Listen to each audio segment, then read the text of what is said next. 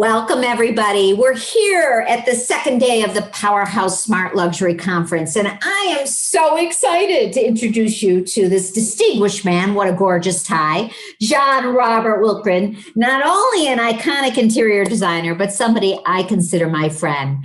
John is going to be giving us a virtual tour of a project that he did, and ironically, it happens to be his own home. What better to see than the interior designer's own home? Without further ado, John, give us the tour. Wendy, thank you. And thank you all for joining us at this year's 5th Annual Luxury Conference. Even though I retired several years ago, I had the uncontrollable urge to prove to myself that I could still produce the results worthy of an international award-winning designer. So what did I do? I made my husband totally crazy and sold our home, which was spectacular, even if I do say so myself. Here, let me show you some photos of our former residence. This was our hall of mirrors, inspired by many trips to Versailles. This was our living room. The Bruno Slurgo painting is 17.5 feet wide by 6 feet tall. I am not a cook. In fact, I wanted this space to be our dressing room, but no. Steven said we had to have a kitchen, and he got one. But as lovely as these spaces are, they were not the best. This was the best. Oh my God, I would die to have that terrace. John, I can't believe you would move from this terrace, but it's got to be better, so I'm looking forward to it. Okay. This is an iconic Chicago landmark, the former American Furniture Mart. I love the Gothic architecture and scale of the ground floor interior. We thought that one element we could save was the existing black absolute granite floor. There was a lot of it, and I was going to add more in part of the entry where there was hardwood flooring. But after Steven cooked in the kitchen for a week, he said the floor had to go. The combination living dining room is very gracious, but the hardwood floors were a bad imitation, and they too had to go. The primary bathroom was divided between the shower and toilet in one compartment and the vanity in another. The primary bedroom, as you can see here, was also very gracious, one of the features we really liked about this home.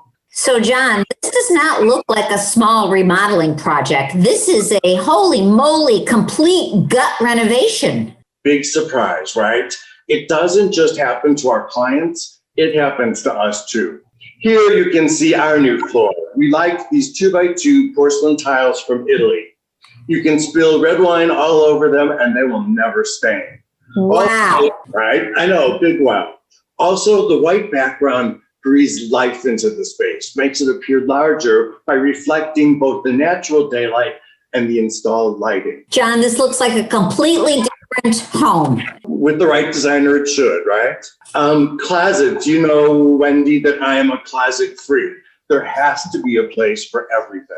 Love the carpet contrast there. Yeah, right. The carpet was a big deal to us, and we're really happy with it. The original coat closet was opposite the powder room and less than 3 feet wide.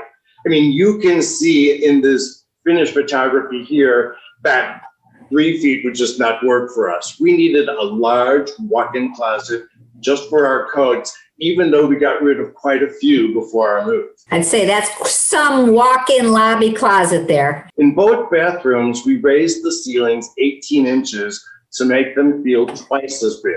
In the primary bathroom, I designed it with one sink instead of two. Look at all the different sources of light there are in this space. The backlit mirror, there are 10 recessed lights in the ceiling, plus the LED lighting in the ceiling alcove and the horizontal insert that runs across the width of the shower. Good lighting everywhere is so important. This is like being at the finest resort you could ever be. Truly a lap of luxury, John. Thank you for saying that, because we certainly feel that way. In the guest bathroom, the center section of the vanity is a door. It's not 4 more drawers. There is a pull-out tray at the bottom of this cabinet and every base cabinet in our home. Plus, we had to move some walls around to make the space more symmetrical. And of course, we needed a new kitchen. I'm going to let Steven tell you about that. Good morning. How are you? We're fantastic. We're so happy to have you here. You're an integral part of this since you technically are the client. So tell us about the kitchen.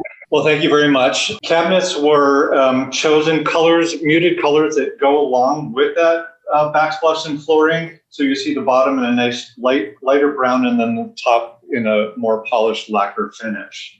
Here we have a nice walk-in pantry with pullouts that is very nicely closed off behind the door so guests don't have to see that, but a wonderful place to store all kinds of bigger items that you don't use every day. For somebody who has a lot of artwork, this is a very big discussion. Where does the TV go?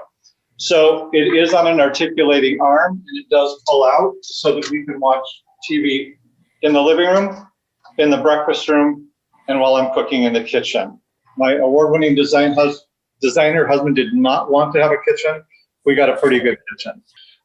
In our home here at 680, there are so many custom details that I'm proud of. Refining the layout, and a lot of built-ins provide a place for everything. However, I feel like the lighting is the most important and my greatest achievement. The combination of 85 recessed lights, backlit mirrors, under the cabinet lighting, concealed architectural lighting, and decorative fixtures provide proper illumination for daily tasks, as well as create a variety of different moods. Amazing. You know what? You are truly such a special soul, and we are so blessed to have had this tour with you today. So thank you again. Thank you. Thank you. Blessing. Bye-bye.